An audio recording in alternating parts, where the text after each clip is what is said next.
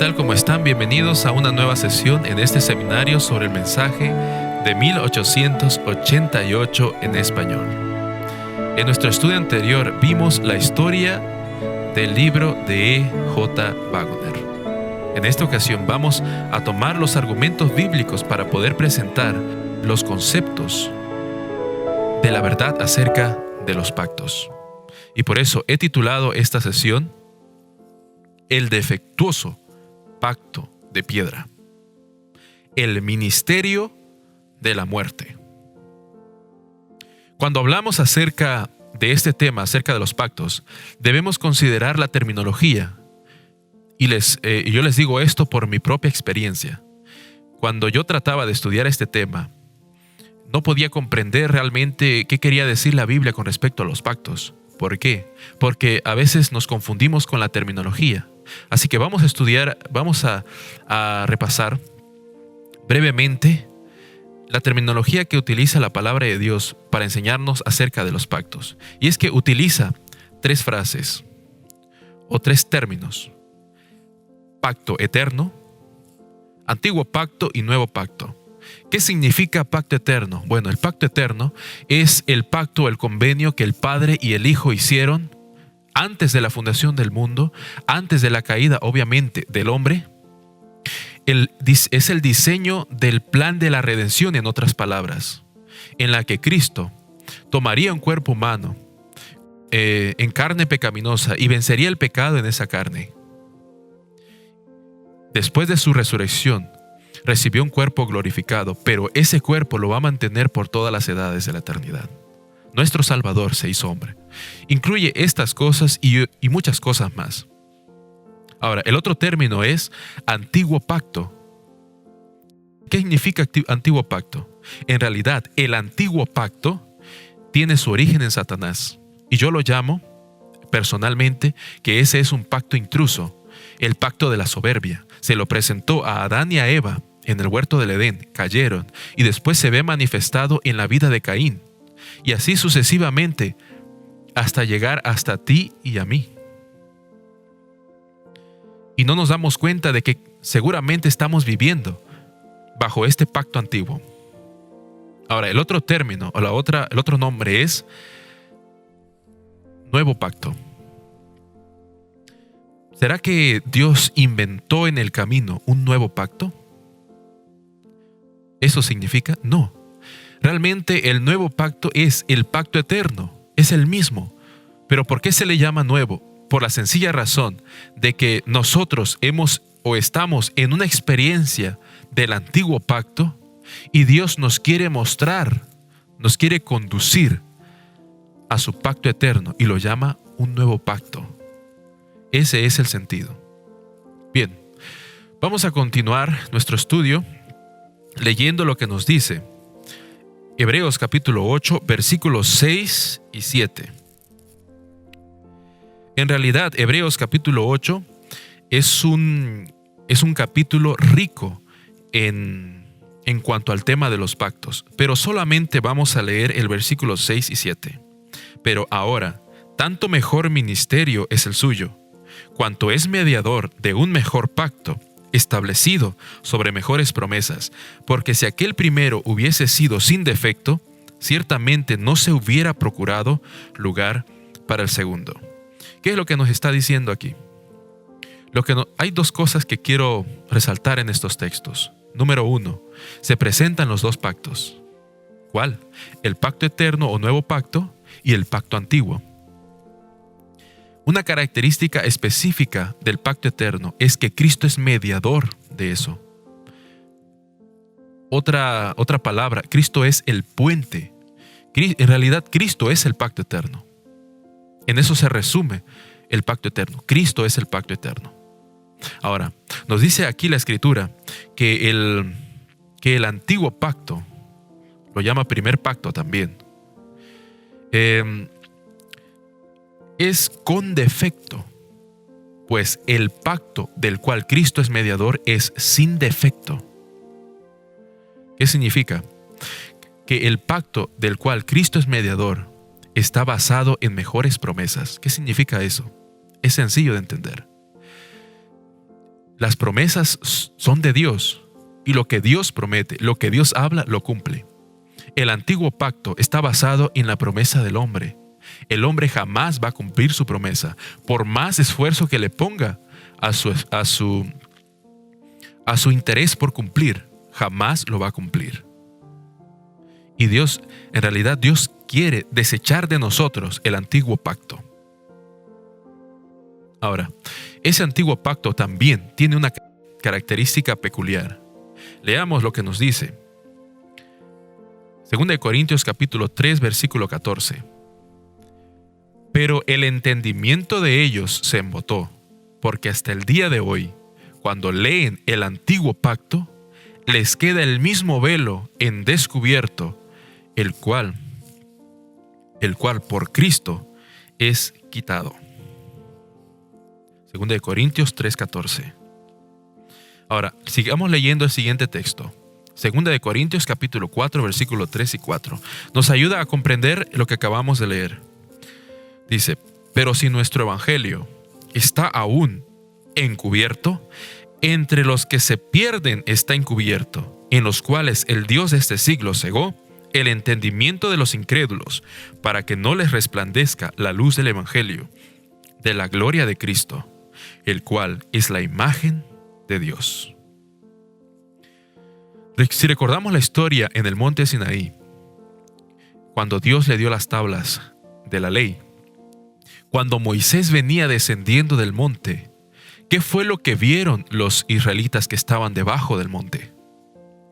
Vieron que el rostro de Moisés brillaba y no podían distinguir su rostro. ¿Y qué fue lo que procuraron hacer? Colocarle un velo. ¿Qué es lo que nos acaba de decir 2 Corintios capítulo 4, versículo 3 y 4? Y capítulo 3, versículo 14. Que ese velo es colocado por el enemigo. El antiguo pacto trae un velo. Es un velo.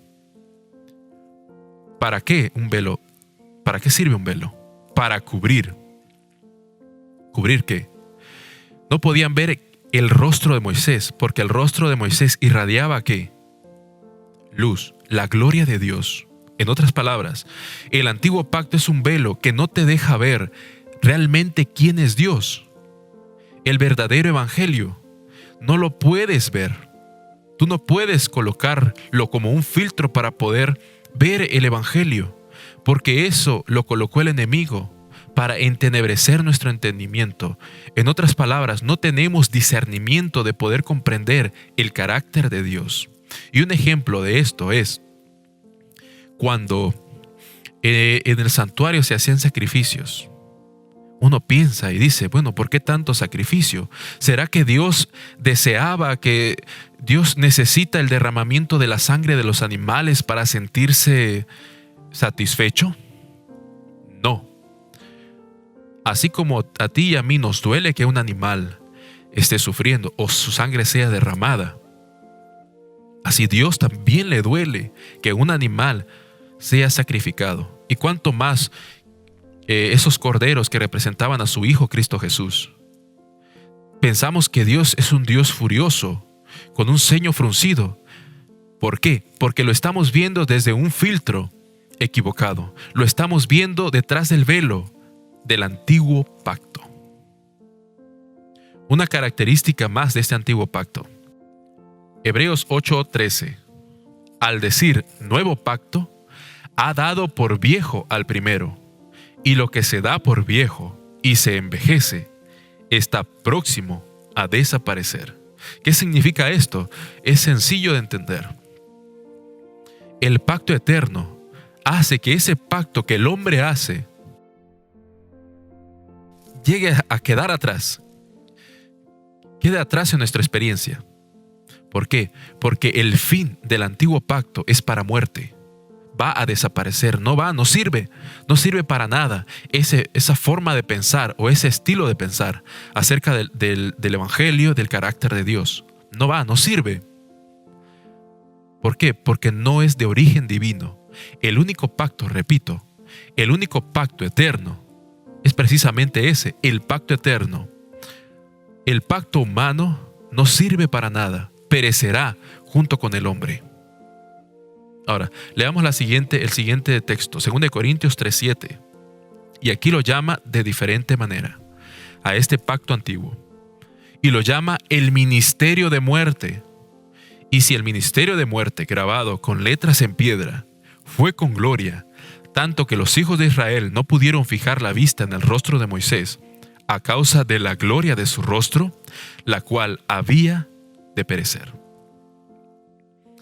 Se le llama el ministerio de muerte al antiguo pacto, a esa forma de pensar acerca de la imagen de Dios y del Evangelio.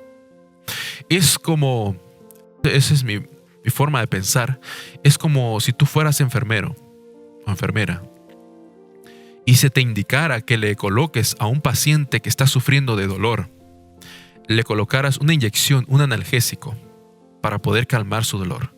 Pero tú dices, no, yo pienso de una manera distinta.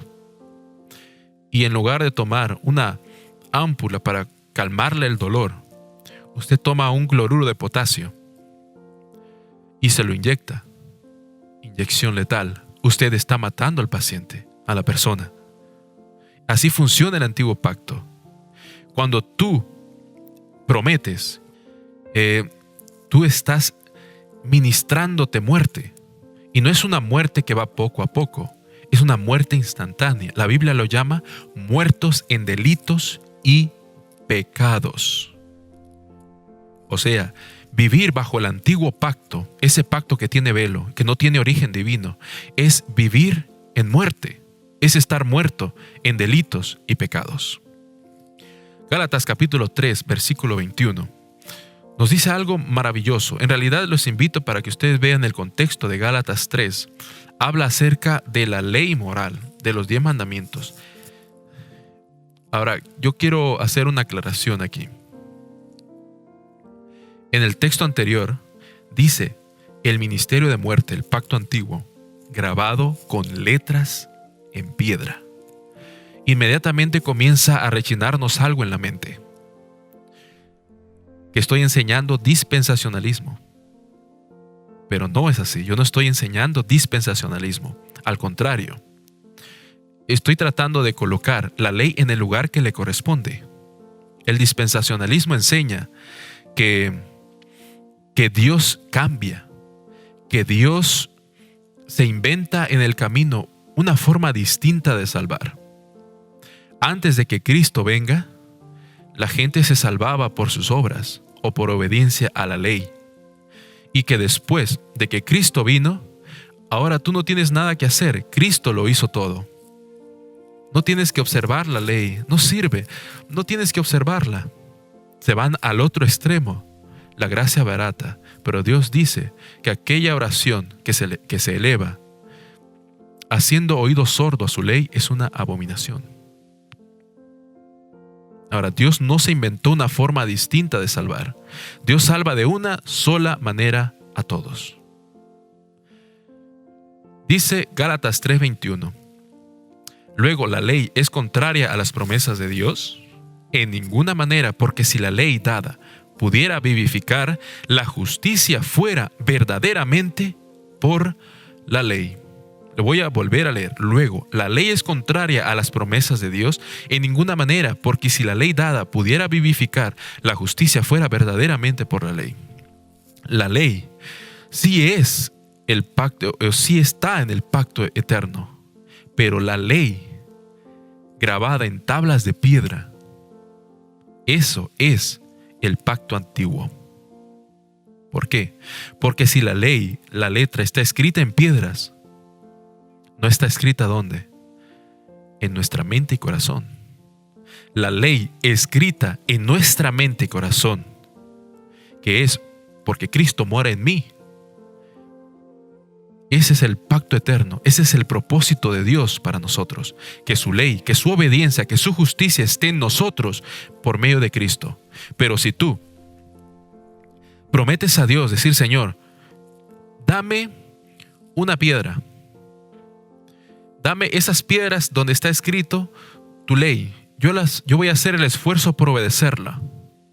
No, tú estás tomando las promesas de Dios como mandatos. En el siguiente sesión vamos a hablar acerca de que si la ley de Dios o su pacto es una promesa o es un contrato. Bien. Está hablando de la ley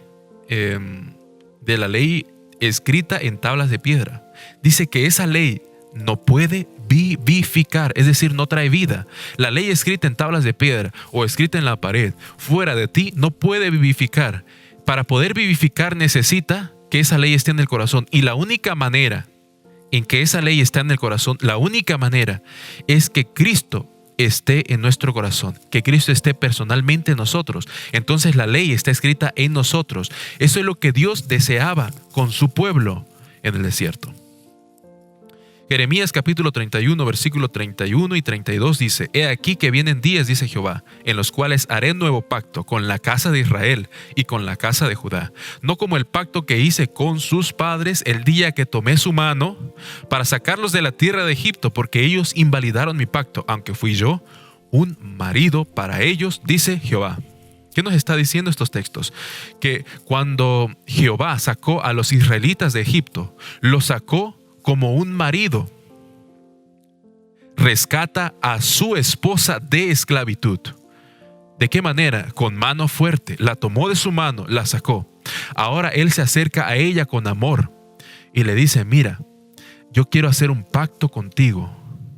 Pero, ¿cuál es la actitud de la esposa o del pueblo de Israel? Espera un poco. Vamos a leer el siguiente texto. Dice Jeremías 31:33. Pero este es el pacto que haré con la casa de Israel después de aquellos días, dice Jehová. Daré mi ley en su mente y la escribiré en su corazón, y yo seré a ellos por Dios y ellos me serán por pueblo. El esposo, Jehová, le dijo al pueblo de Israel: escuchen mi voz. Mi esposa, escucha mi voz.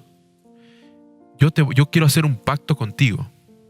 Y la esposa: antes de que tú me digas algo, yo quiero que ese pacto tenga mis condiciones.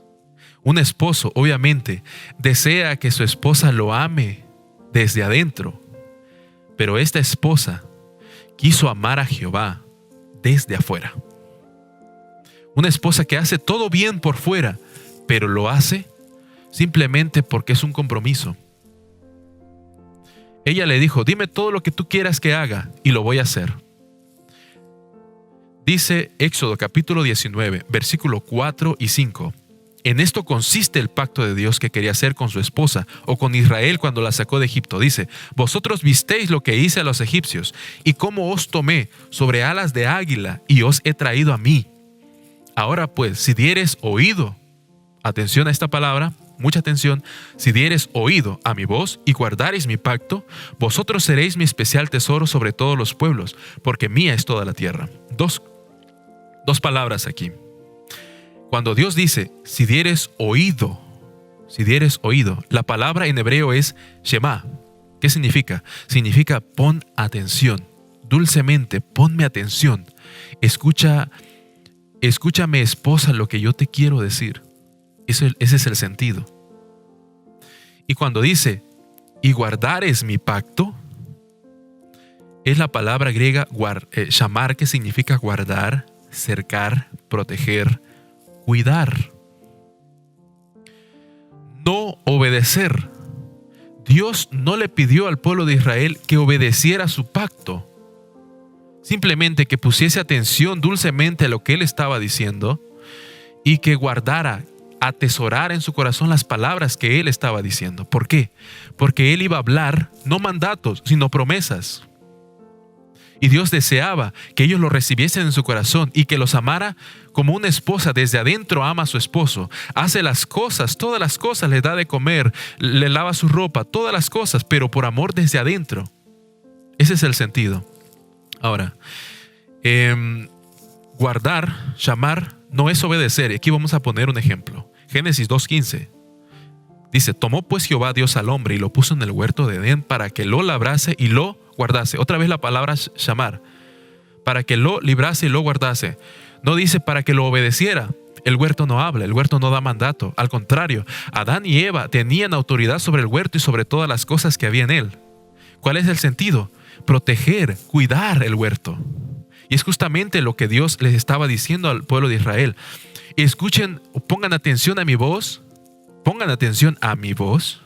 dulcemente, y guarden, atesoren, protejan, cuidan las palabras que yo les voy a dar, porque fueron palabras de promesas, no fueron mandatos. Ahora, hay un ejemplo de un hombre que entendió el pacto eterno, y ese fue Abraham.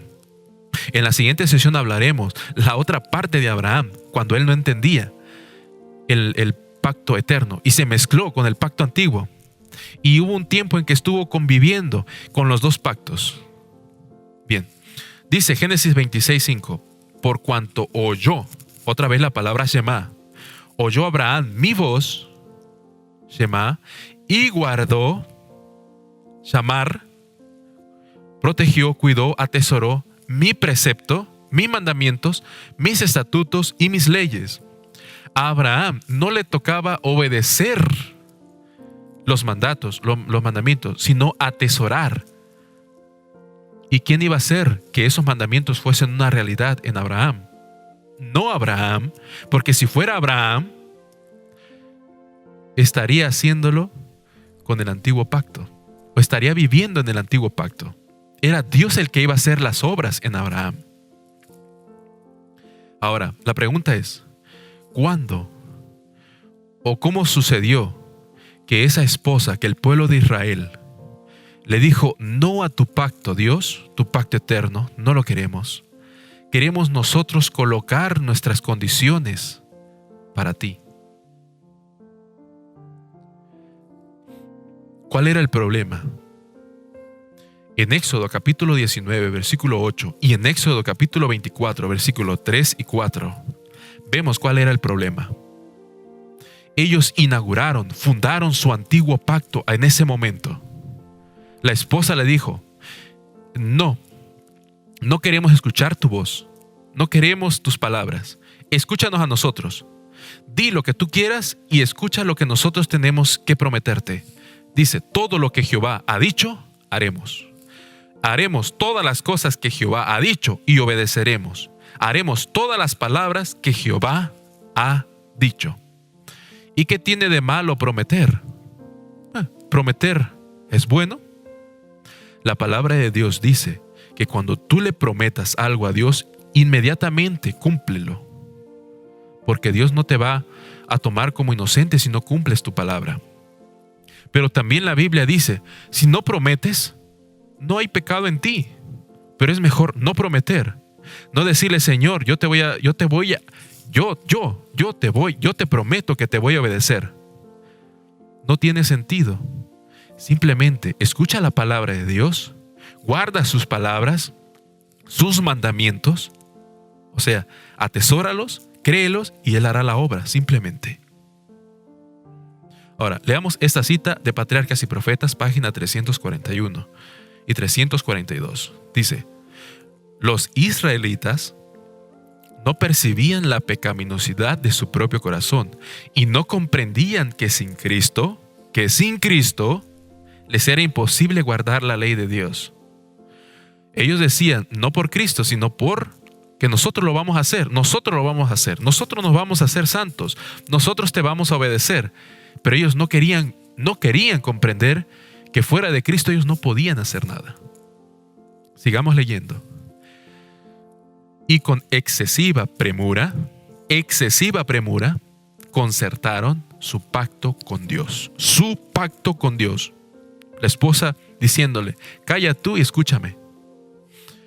Al creerse capaces de ser justos por sí mismos declararon, y cita Éxodo 27, 24, 7. Haremos todas las cosas que Jehová ha dicho y obedeceremos.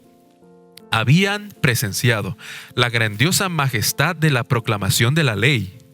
habían temblado de terror ante el monte, y sin embargo, apenas unas pocas semanas después, quebrantaron su pacto con Dios al postrarse a adorar una imagen fundida. No podían esperar el favor de Dios por medio de un pacto que ya habían roto, y entonces, viendo su pecaminosidad y su necesidad de perdón, llegaron a sentir la necesidad del Salvador revelado en el pacto de Abraham y simbolizado en los sacrificios. Ya estaban capacitados para apreciar las bendiciones del nuevo pacto. Los términos del pacto antiguo eran: obedece y vivirás. 2 puntos. Hay mucho que extraer de esta cita, pero 2 puntos quiero resaltar aquí. Y lo dice la última frase. Los términos del antiguo pacto son: obedece y vivirás. ¿Cuáles son los términos del antiguo pacto? ¿O del pacto del hombre?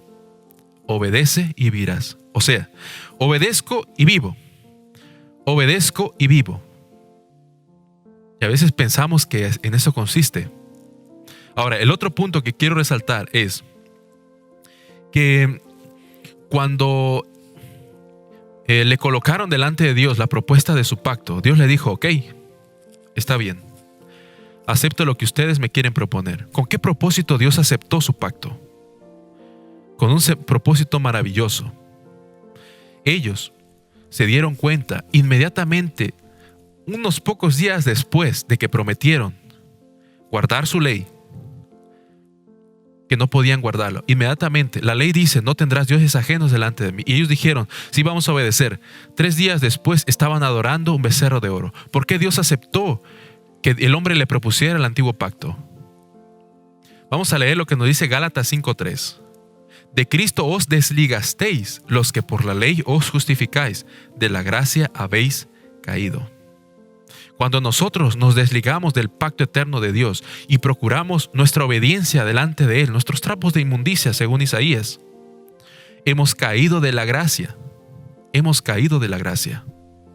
Romanos 11, 1-3 dice: hermanos, ciertamente el anhelo de mi corazón y mi oración a Dios por Israel es para salvación, porque yo les doy testimonio de que tienen celo de Dios, pero no conforme a ciencia, porque ignorando la justicia de Dios y procurando establecer la suya propia, no se han sujetado a la justicia de Dios. ¿Por qué no se han sujetado a la justicia de Dios? Porque ellos tratan de ignorar la justicia de Dios y procuran presentar su propia justicia. Dios aceptó los términos del antiguo pacto para que ese pacto se convirtiera en un maestro o en un ayo, como nos dice Gálatas capítulo 3, versículo 24, para guiarnos a Cristo. O sea, el antiguo pacto, aunque no es de origen divino, Dios lo utilizó, lo revolucionó para que nosotros, nuestra vista y nuestro corazón, nos lleve a Cristo, sea nuestro maestro. Es darnos contra la pared. Es como cuando usted le dice al niño: no metas la mano en la electricidad porque te vas a quemar. Y el niño: no, yo quiero probar. Entonces usted le dice al niño: ok, mete la mano. ¿Y qué sucede si el niño mete la mano en la electricidad? Va a aprender. Y esa es justamente la idea de Dios por aceptar ese antiguo pacto. En la siguiente sesión veremos que las promesas de Dios, que su ley son promesas, no un contrato. Que Dios te bendiga.